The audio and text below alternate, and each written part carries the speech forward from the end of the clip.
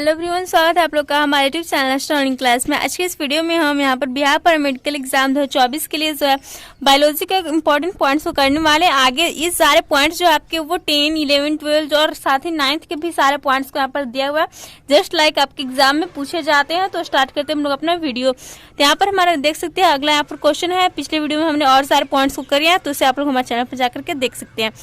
यहाँ पर पूछा जा रहा है किसी सजीव और निर्जीव की कड़ी भी कहा जाता है, यानी कि सजीव और निर्जीव की कड़ी किसे कहा जाता है, तो वह कहा जाता है वायरस को, यानी कि विषाणु को। तो यहाँ पर हमारा राइट आंसर हो जाएगा विषाणु। नेक्स्ट है तंबाकू के जो मोज़ेक रोग होता है उस पर खोज के समय किसकी खोज हुई, यानी कि जो तंबाकू में होने वाला टुबाकू होता है उसमें मोज़ेक रोग है, इसमें के खोज के समय किसकी खोज हुई, तो विषाणु की खोज हुई। नेक्स्ट क्वेश्चन है विषाणु की खोज किसने की, तो विषाणु यानी कि वायरस की खोज इवानोव्स्की ने की थी।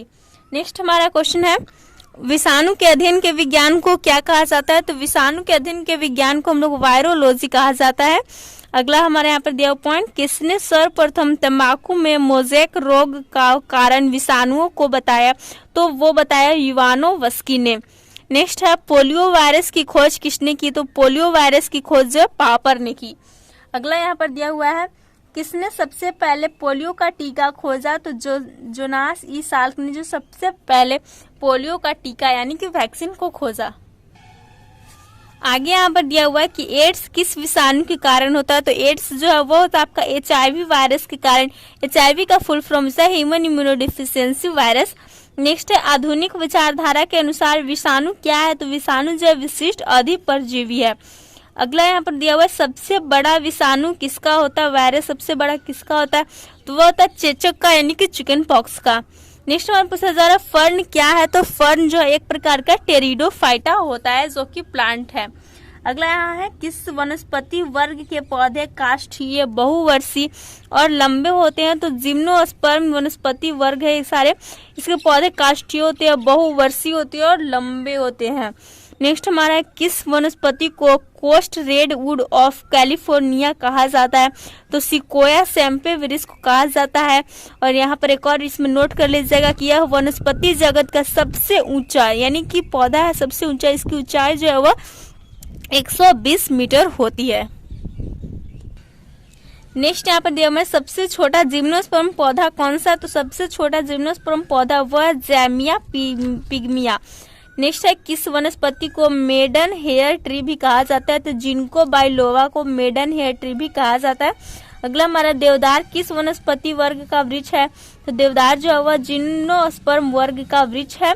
अगला यहाँ पर दिया हुआ है कि चीड़, सिकोया, फर, स्प्रूस आदि भी जिम्नोस्पर्म वर्ग में आते हैं।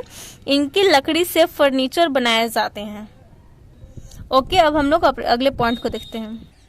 नेक्स्ट है यहाँ पर हमारा तारपीन का तेल किसके पेड़ से निकाला जाता है, तो जो तारपीन का तेल है वह चीड़ के पेड़ से निकाला जाता है। अगला यहाँ पर बताया जा रहा है कि देवदार की लकड़ी से सेड्रस तेल तथा जूनिपेरस की लकड़ी से सेडकास्ट तेल प्राप्त किए जाते हैं और तारपीन का तेल चीड़ के पेड़ से प्राप्त किए जाते हैं। तो ये सारे पॉइंट्स करने के बाद हम लोग जो है जब ये सारा खत्म हो जाएगा तो अगले जो है बाद में हम लोग क्या करेंगे सेट्स को भी यहाँ पर जो है मॉडल सेट को भी प्रैक्टिस करवाएंगे आपसे और साथ ही PYQ को भी देखेंगे। तो हमारे चैनल को जरूर सब्सक्राइब कर ले। आगे यहाँ पर दिया हुआ है पेल्टीजेरा लाइकेन से किस रोग की दवा बनाई जाती है, तो इससे जो हाइड्रोफोबिया की दवा बनाई जाती है। हाइड्रोफोबिया का क्या अर्थ होता है, यानी कि जो जल से हाइड्रो यानी वाटर होता है, आपका जल से डर लगता है, उस रोग की जो दवा बनाई जाती है। नेक्स्ट हमारा क्वेश्चन है सार्स का पूर्ण रूप क्या होता है, तो यहाँ पर ऐसे आ रहे सार्स का दिया हुआ इसका फुल फॉर्म पूछा जा रहा है, तो वो होता है severe acute respiratory syndrome. Next हमारा आर्कटिक क्षेत्र में यहाँ पर जो है रेंडियर मॉस या कैलेडोनिया का प्रयोग लोग किस रूप में करते हैं, तो आर्कटिक क्षेत्र में इस मॉस या कैलेडोनिया का प्रयोग जो लोग भोजन के रूप में करते हैं, फूड के रूप में करते हैं। नेक्स्ट हमारा स्वीडन, नॉर्वे और आइसलैंड में आइसलैंड मॉस का प्रयोग किस लिए किया जाता है, तो आइसलैंड मॉस का प्रयोग जो केक बनाने के लिए किया जाता है। अगला हमारा क्वेश्चन है कि मच्छर क्वाइल में प्रयोग होने वाला पायरेथेरिन किससे प्राप्त होता है, तो वह एक बीजीय पौधे से प्राप्त होता है। यहाँ पर नेक्स्ट हमारा पॉइंट दिया हुआ है कि जो पायरेथेरिन है नामक पदार्थ जो मच्छर मारने की दवा के रूप में प्रयुक्त किया जाता है, जो पायरेथेरिन है वह गुलदाउदी तथा गेंदा के पुष्प से प्राप्त होता है।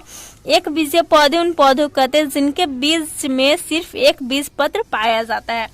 नेक्स्ट हमारा भारत में सर्वाधिक मात्रा में उत्पादित होने वाला पुष्प कौन सा है? तो भारत में सबसे ज्यादा उत्पादित होने वाला जो फूल होता है वह गेंदा का फूल होता है, मैरीगोल्ड होता है। नेक्स्ट हमारा वार्निश, पॉलिश और पेंट आदि बनाने में प्रयुक्त वस्तु कौन सी है?